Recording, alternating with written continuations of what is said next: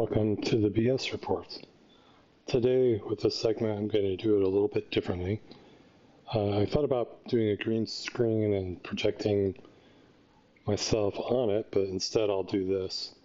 I'll just go through the slides. So, the first slide, if you're unaware, there's an evaluation occurring for the Department of Correction here in Idaho. But it's being done by the Office of Performance Evaluation. And from the slide here, you can see some details, where to find it on their website. You can copy that link and paste it. And then I want you to know some things as well. So there's the lead or senior evaluator, her information, her phone number. And if you're not comfortable contacting them directly, you can also contact me. That is my phone number. And you can leave me a text first, and then I will call you back. So the next slide, we have the whole reason why this is occurring. So in 2025, if you're unfamiliar, Investigate West began publishing articles around this overall topic called Guarded by Predators. Now, during that period of time, there were a few things that occurred. So IDOC came out with a statement saying that they followed the law, did all the things, but they were misleading, lying by omission. You pick. They started lying, and they continued to lie, and they did it on record, and they did it over and over and over again. And they kept saying, again, we want to be clear that on this slide, IDOC did lie, and it's not just that they lied to people. They lied to the offenders, they lied to the taxpayers, but who exactly did they lie to? A better question might be, who did they not lie to? So here's a quick list of who they've lied to at this point. Brad Little, Idaho State Governor, the Idaho Board of Correction. This occurred in December of 2025 when they met with them in person, and the first thing they told them was, we had no idea this was going on. They said this on record multiple times. They've now lied to OPE, maintaining this lie. I already said they lied to the taxpayers, the residents, and then they also lied to Idaho State Police and the FBI. It's quite a list. But here's something we know about today's world. Don't take my word for it. Don't take anybody's word for it. Go out there and look. So this image that you see right here is something that's been posted to my YouTube BS reports for quite a while now, for over 2 years. And when I began posting this and the next image as well, and this image too, these were two very brave individuals who stepped forward and went on the record when nobody would even listen to them. And again, this occurred in 2024. Now, as soon as these two individuals and more, up to 30 women in this situation, began coming forward, asking for help, they expected some sort of help. And so I started asking for help. I contacted the FBI, I contacted IDOC, I contacted anybody who would listen to me about what they were talking about. And then in 2025, early 2025, I also contacted the new director of IDOC and let her know, hey, this is what's been reported, continues to be reported, and this is very concerning. Can we do something to help these very brave individuals who are coming forward and saying they're being assaulted, raped, harassed, intimidated by IDOC staff? What can we do for them? So on this next slide, you're going to be asking yourself, well, why would IDOC lie about this? Isn't it their job to protect the public? And part of the way they protect the public is by helping people rehabilitate and so on and so forth. Well, if you look at this YouTube channel, you'll see a lot of different things that are occurring. at this time, even still, within IDOC, let's be frank, as we look at this, they're responsible for a lot of different things.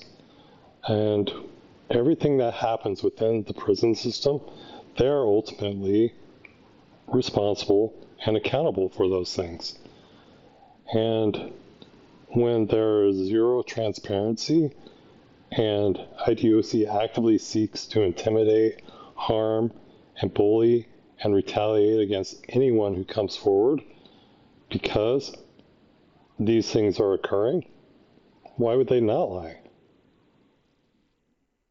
What they have done, what IDOC does, is they use the framework of we have the Attorney General who represents our staff and the Idaho taxpayers who pay us. We use that money, those resources, to protect ourselves against anything. And so if you've been paying any attention to what's going on within ICE and the Department of Homeland Security and everything like that, well, that's modeled exactly off of what is being done to offenders, residents, inmates within Idaho. And that's been happening for quite a while. I used to tell people working within the Idaho prison system, and I learned this over time, was MAGA concentrated, and then that exploded nationwide. So we're seeing what that actually looks like. So that happens all the time within IDOC. They promote what they call the best person, but literally, to be the best person, you just have to go along with whatever is happening. And that's what happens. So we have these people being raped, assaulted, and killed within the IDOC ecosystem, and no one is willing to speak up because they have a very firm hand and control on this. And so the offenders and staff are extremely afraid to say anything. And so to recap what is happening currently within IDOC and outside of IDOC, so the Office of Performance Evaluation is looking at IDOC, and they do have a certain scope that they are looking at things. However, that scope can be opened up because there are many, many concerns. And right now, people are continuing to have their basic human rights violated. They are being assaulted and raped, and worse. Staff is not able to communicate anything without fear of retaliation, bullying, and or termination. And so everybody who is working within that ecosystem is very, very fearful. And so I know some of you want to come forward. Not that long ago, well, it keeps happening. I keep running into staff members that work out there, and they tell me what's happening. And I'm like, those are serious concerns. And I ask the question, how is that being handled? Are your concerns being listened to? What happens when you bring those things forward? And they're like, Brian, I'm just trying to get out of there with my pension intact and retire and move forward. So that's been going on for literally decades, and it goes all the way up to the top. If you say something, they will target you, they will remove you. And everybody out there knows it because they watched it happen multiple times, time after time after time. So let's see what we can do. So I want you to know that if you do decide to come forward, you will be believed. And if you're not comfortable going directly to the OPE with the contact information, which is also on the next page, there are other options for you to be able to come forward, including reporting anonymously. Now, you can do that a couple different ways. You can work with OPE, which will protect your identity, but I should let you know, if you go in there, there are former IDOC staff working in that very same building. Yes, that is a thing. And So if you're not comfortable contacting them, doing something over video, because for all you know, for all I know, they all hang out and go have lunch downtown together and talk about the good old days. I have no idea. So if you're not comfortable doing that, you can submit your information, your concerns, and I'll protect your identity through my way of doing it. And we'll do it that way. If you're unsure whether I would protect your identity, feel free to go through my channel. Nobody has been exposed that hasn't been willing to step forward at this point.